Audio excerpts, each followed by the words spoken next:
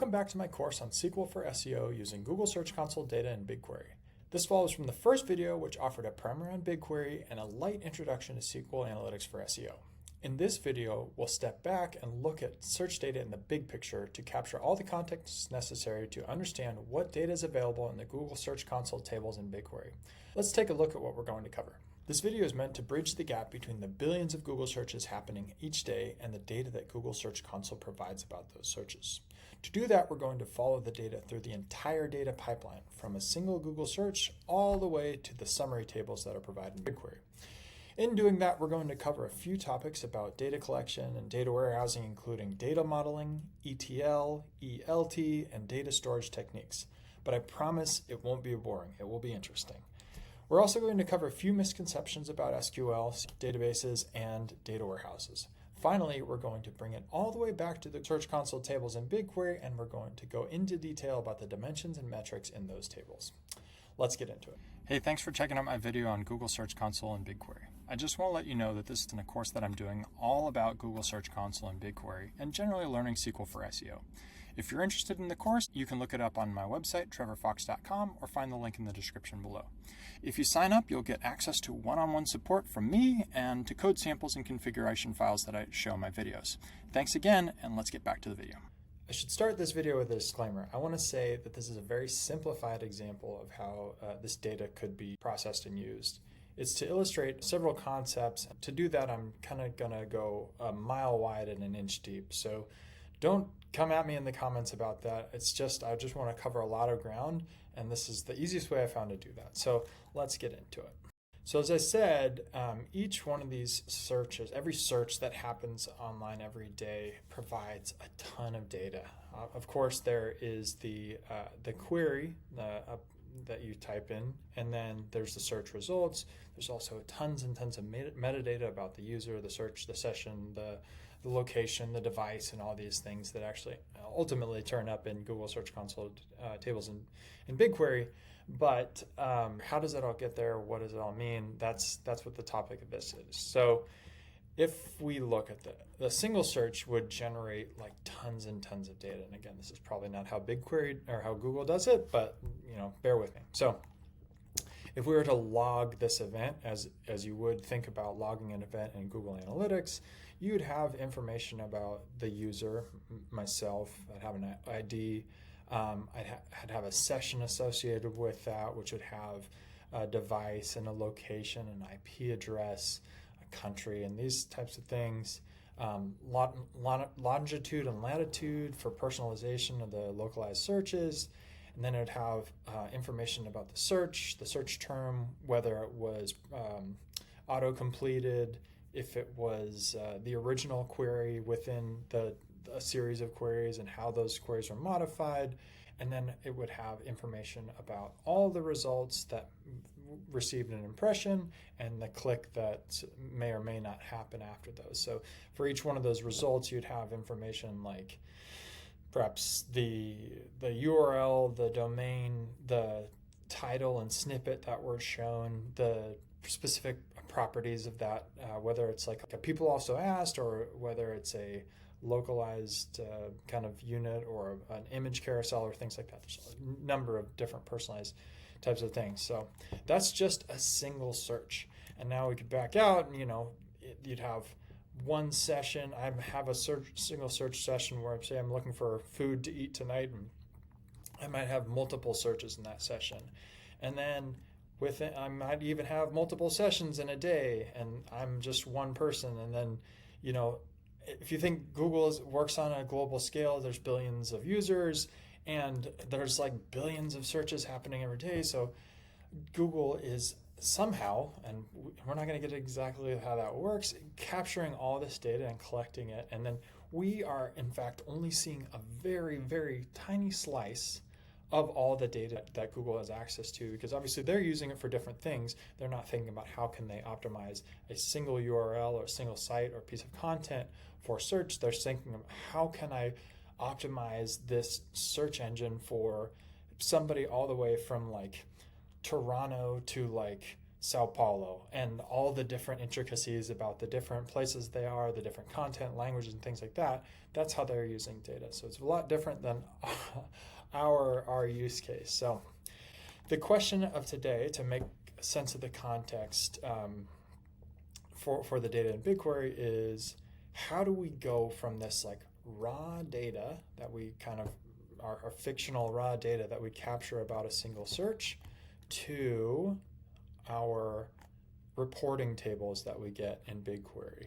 And so let's go through our fictional process of getting from a raw data to that reporting data. So the first concept I want to introduce is about data modeling. Data modeling, you may be familiar with, is a way to like express data and the different properties and metrics of data in different ways. So it could be like things like filtering and aggregating and formatting. So JSON is a way of modeling data, and a table in SQL is a way of modeling data, and XML is, and there's numerous ways of modeling data, but there are a few that are very specific to the practice of data warehousing, and that's what we want to get into right now. So that's data modeling.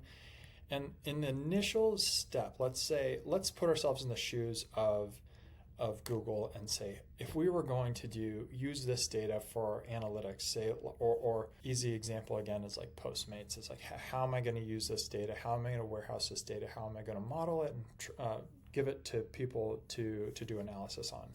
So in the beginning, we have this like raw data that is logged from my search. I got my search over here, and I got in purple the user data, pink is a session, light green is a search, and dark green is search results.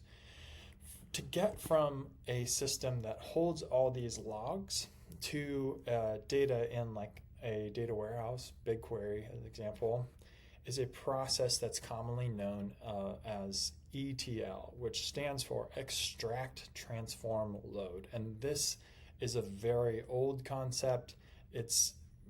The meaning and like the way that it works has changed a lot over the last decades, but we still generally use this word. And there's a lot of ETL companies out there. Fivetran and Stitch are popular ones. And there's a number of them out there that are not coming to mind immediately.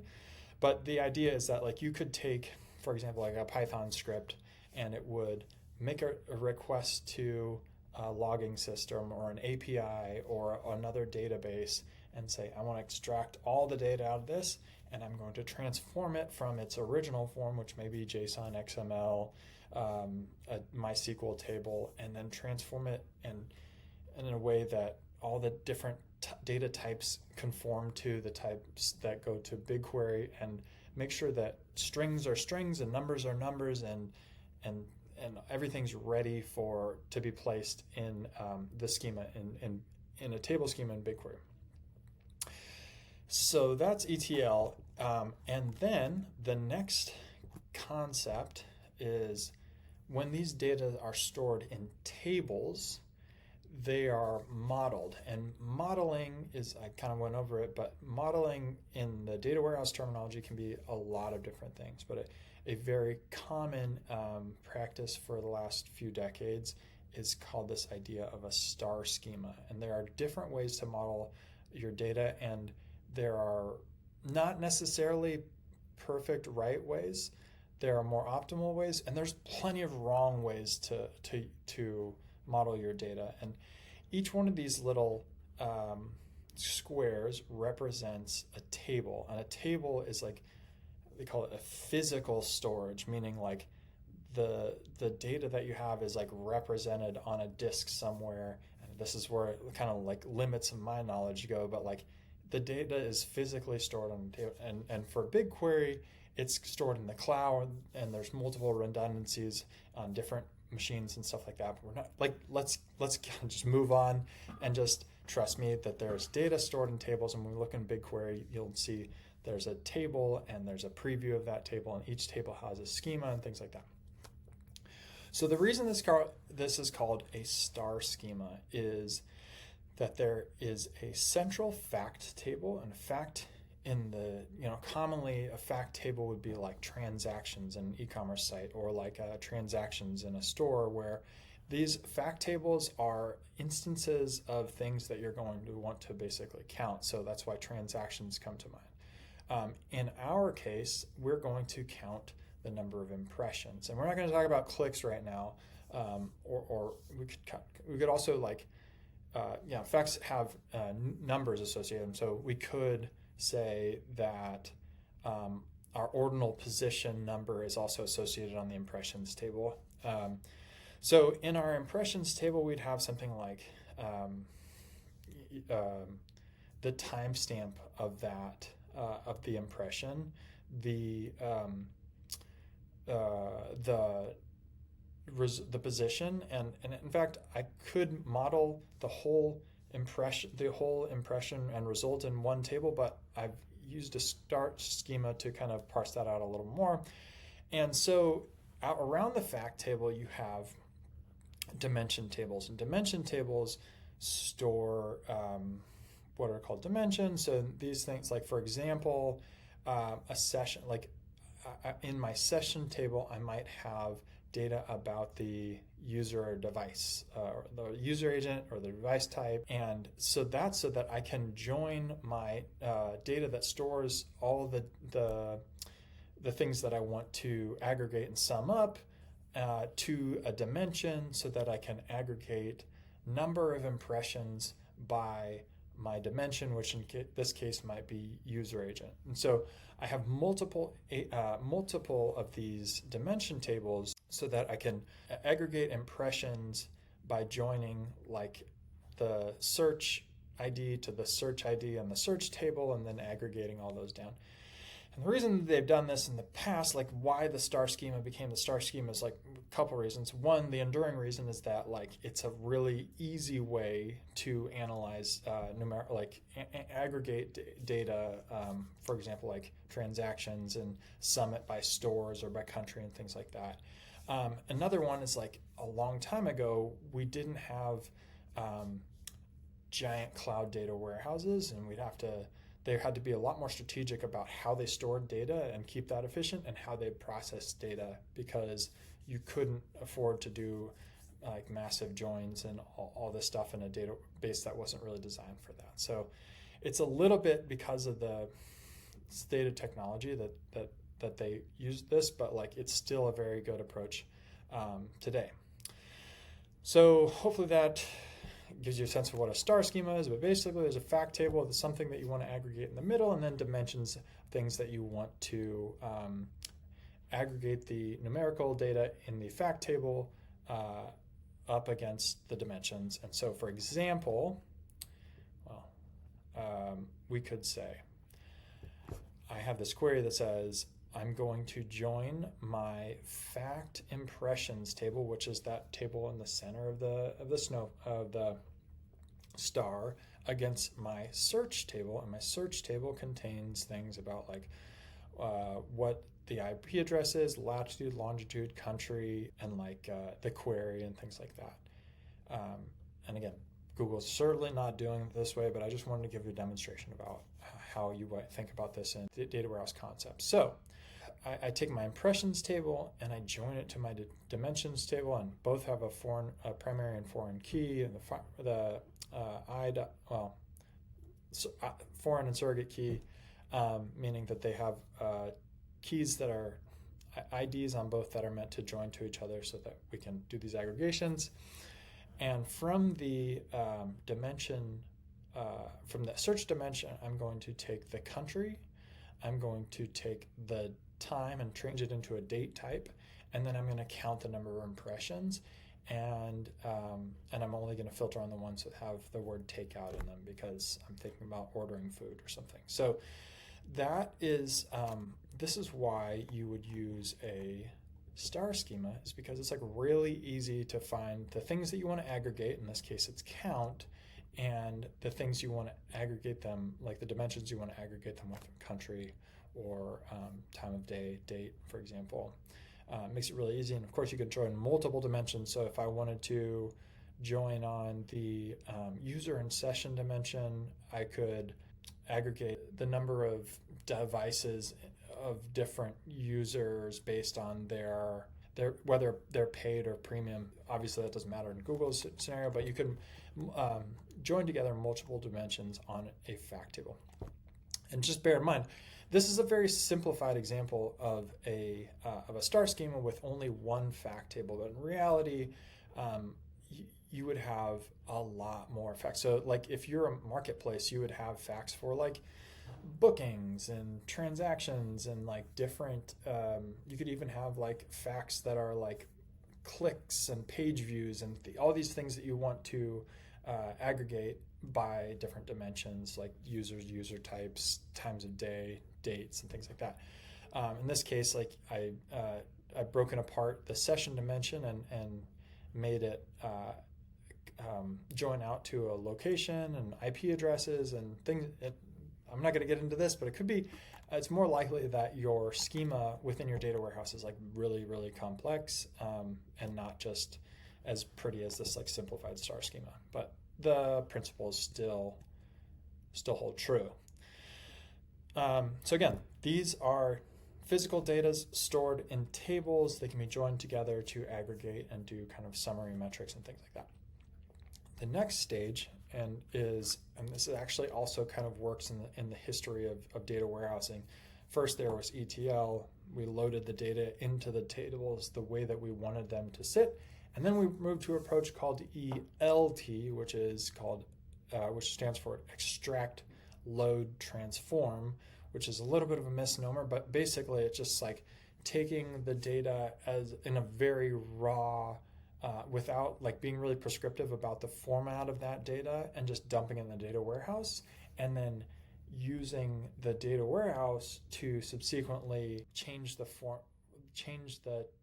shape of that data. And I'll explain that, but one of the main drivers is, like I said, cloud data warehouses arrived, and they are more than capable of, one, storing tons and tons of data, and two, doing big transformations so that you could transform a gigabyte of data quite easily, or thousands of gigabytes quite easily, and not having to have like multiple processes upstream of that aren't in the warehouse, and do that very cheaply. So imagine we want to simplify this down into a flattened table where each record in the impression, so each impression result, so if we're thinking about each impression in this thing, in the search, has its own line and its own core, and each row in the warehouse has the keyword or the query that was used, and the time of day, the device type, and all this data that is stored in the log or in all this data is replicated for each line. So all the session data is on each row, and all the search data and all the impressions result data is on the same row. And to do that, you could create what's called a view, and I'll explain that later, but this is what you would say is like, I've got my fact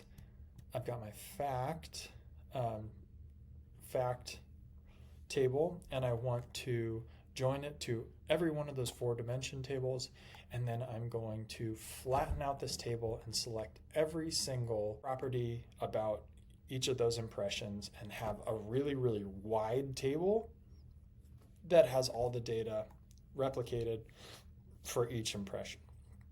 And so instead of having this like big complex schema, I might simplify it down to a single table with like 15 columns, and that table would look like this, where again, like the green is about the impressions and the red is about sessions, and this table, instead of having just like one little slice of data, it would be all joined together. Why do you want that? It's because it makes it so much easier to analyze the data, because you can, instead of like figuring out what tables do I need to join to get this combination of dimensions so that I can aggregate the impressions about this thing, they're just like all on the table. So I can say, I want, from my big table, I want to I want to group my table by country and user type, or country and keyword or keyword, and I don't have to join anything to do that because it's all in the big table. And like this, like imagine this is, we'll see, this is like the same, this is not a great example, but like imagine these are all the same search query for the exact same search, but there were 3 different result URLs with 3 different titles, and then I can just like do a query that says like give me all the keywords that turned up a result with the title that has takeout in it or something like that. Sure hope that makes sense. And then the other point I wanted to say about this is that it's creating a view. And the difference, I kind of like was very specific about tables before, but a view is slightly different than a table. A view is like, it's processed on the fly. So if you think about a view versus a table, I can write a query and return a set of results. I can like query these tables and get this set of results. Now I could, if I save that view, I could then query that set of results as its own, exactly as if it's a table. So I have a bunch of tables. I create a view that aggregates all these tables. In this case, it's a big flat view. And then I could query my full impression details table and to get a to analyze that table. So you can think of a view exactly the same as you think of a table, but instead, unlike a table, it's not like physically stored. It runs that whole, it basically creates that table every time you write a query that queries that view. It will do all that aggregation before that table, create the view, and then it'll run your query on that view. And I'll kind of show a little bit more of that. So imagine we have this this VW full impression details table. Like if you want to name, that's kind of a convention to put VW in front of view. Some people do it, some people don't. And so instead, and I write a pretty simple query here, but like notice that I can query my view just like I'm querying a table, and I don't, notice there's no join clause in here. I already have the search country joined in the view to the the impression IDs. So that's like the benefit of having like this flattened table, one also known as like a one big table thing. The trade-off, there's like definitely trade-offs in this, and like the star schema is pretty easy to analyze, but as soon and it's like super flexible because any combination of dimensions that you can think of, you just have to join those corresponding tables together to get the combination of dimensions that you can aggregate the metrics in the fact table. Now the difference is that if I have just one table with all these dimensions in them, depending how I model the data in that table, I really limit the scope of the types of analysis that I can do. So that means in this case, like all I can analyze in this big table is impressions. I can't analyze impressions in clicks. I could model a table that does that, but I only can analyze the things that are in that table unless I want to join out to them. So you kind of, as soon as you create a flattened table, you flatten it for a very specific set of purposes, and just keep that in mind as we keep doing some more transformation down this data pipeline. So you might have you could have like a flattened table for transactions and a different one for, say, clicks, and those would be two different like flattened tables. They wouldn't like work really well together, but if you want to just aggregate one thing in a flattened table, it makes it super easy to do. That is ELT. So we've started at this we've started with really raw data that just is like this big JSON blob. We put it in a tables into a star schema where we can aggregate facts around dimensions. And then we took the physical tables, we created a view to make a table that contains the exact same data, but it's shaped in a way that makes certain types of analysis very easy. And then we're going to do that one more time to get down to the summary tables that Google provides to us, like the Google Search Console tables that they provide to us. So again, and this is where things like Dataform, DBT, if you've heard of these types of tools, these are tools that make it easy to do data transformation, the ELT and the data warehouse, by taking a bunch of not necessarily pretty tables and then running them through a succession of views or queries that transform them to different to different models, so that you can so that they're better for different types of specialized analyses.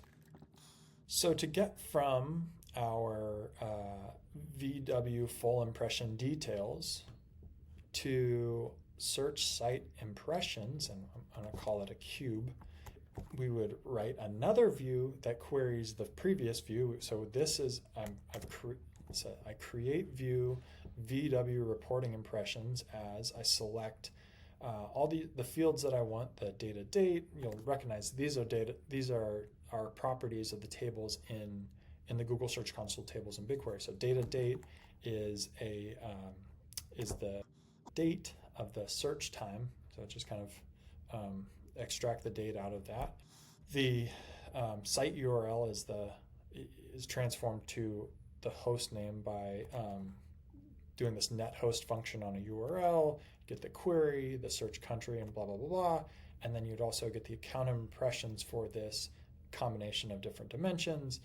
And then, of course, everybody only gets, in Google Search Console tables in BigQuery, you only get the data that corresponds to your site. So, of course, we would need a filtering clause that filter in just the data in your site. And then, of course, it would have to group on all the dimensions that I had shown before.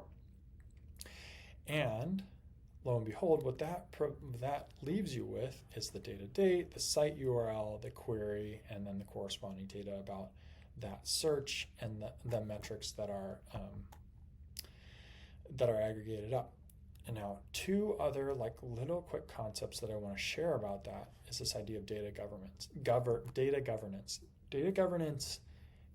This is a weird way to show it, sort of, but like I said, when you're looking at your data in Google Search Console, you are looking at a very small slice of all the data that Google has and can provide to different people about their sites.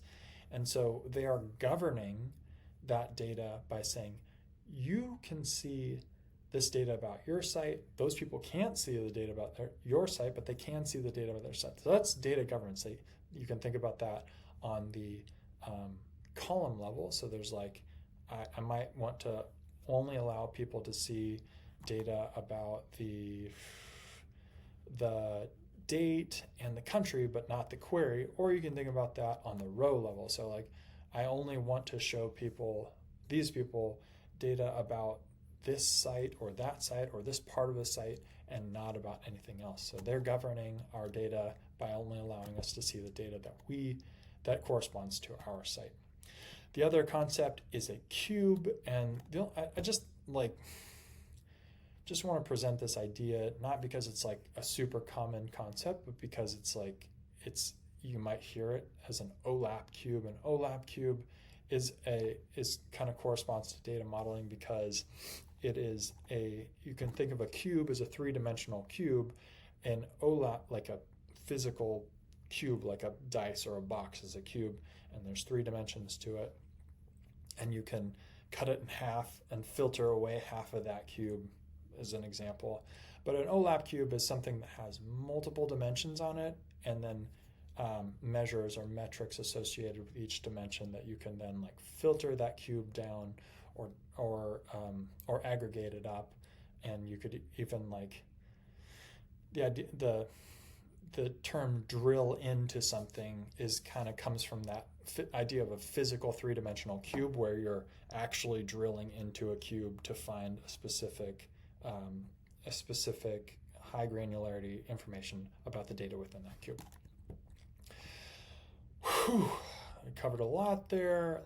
So again, we started raw data, we modeled it into a star schema and tables. We then created a view to flatten all that data out and analyze it in that way. And then we further reduce the dimensionality of our big wide flattened table into an OLAP cube, which provides us the data that we see in the Google Search Console tables.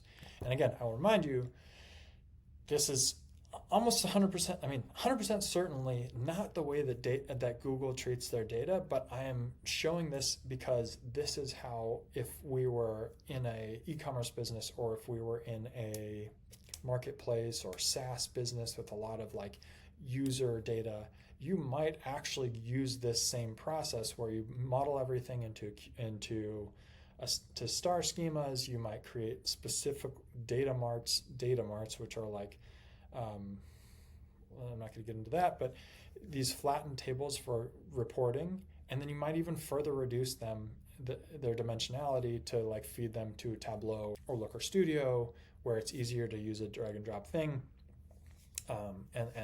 And these flat tables are really a lot better for these self-serve analysis, self-serve analytics tools, because they don't require you to merge data and do joins. You can just pick the fields you want, aggregate the dimensions you want around them. So that's data modeling.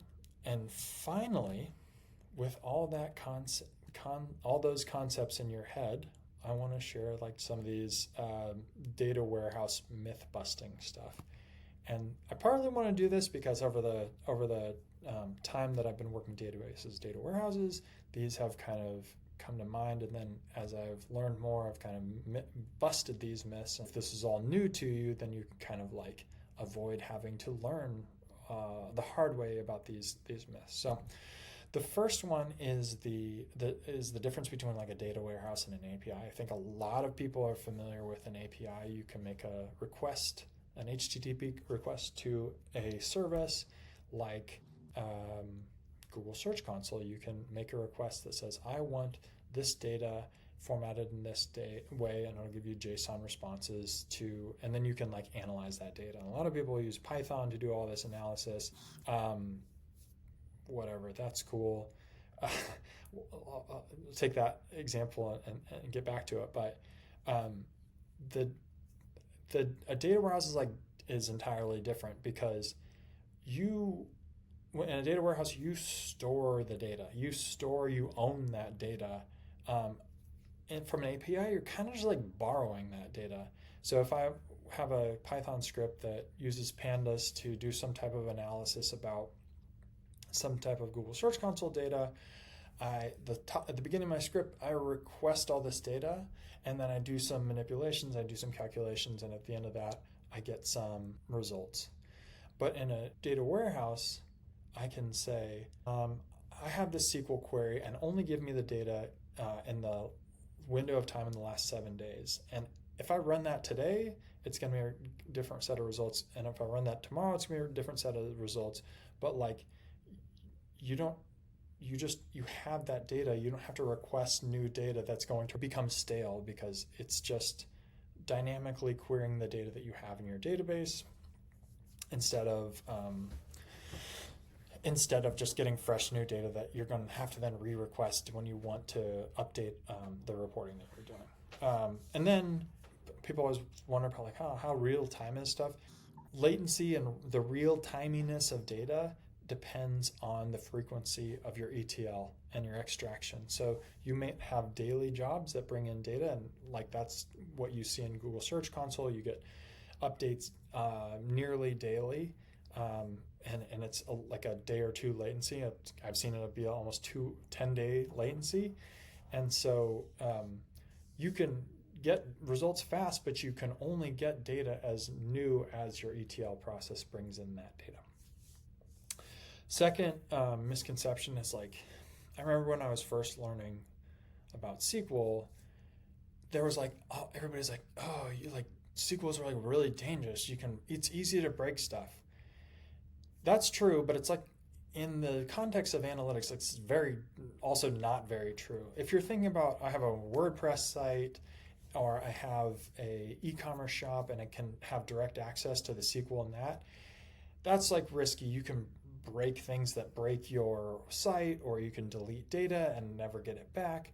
But in the data warehousing analytics context, that's very unlikely to happen because one, you're probably not going to write delete statements. You're probably not going to do anything like you're analyzing. You're only reading data. You're not really, you're not going to like throw it away unless you really mean to do that. Also, you can put restrictions on what people can do in a data warehouse, so it's unlikely that you're going to like truly lose the data. That being said, it's easy to break data. So if you have that kind of data transformation pipeline where we had tables, view, view, view, view, you could change something in a view, and depending on all the queries and views that reference this view, you could break all that cast. Your change could break all that data, meaning those tables, those views may not run, meaning that those tables could have wrong results. But in this whole stream, the pipeline of data, if you break something early upstream, you can break things all the way downstream too. Finally, costs. BigQuery and other modern data warehouses are cool because they separate storage and compute. Depending on how you store and process the data, you can reduce costs, but that will come at the cost of like, if instead of making this big table a view, and I said create a table, which is like a physical replica of this data, it's going to the latency will decrease because I will have copied all this data and kept it as a table in the data warehouse, so that like whenever I query this table, it won't have to run all this process in the background to create my view, which references other tables. It will just reference this table directly, so I get better for performance, and it's also it may be cheaper depending on the size of the table, because data or BigQuery charges by the number of rows scanned.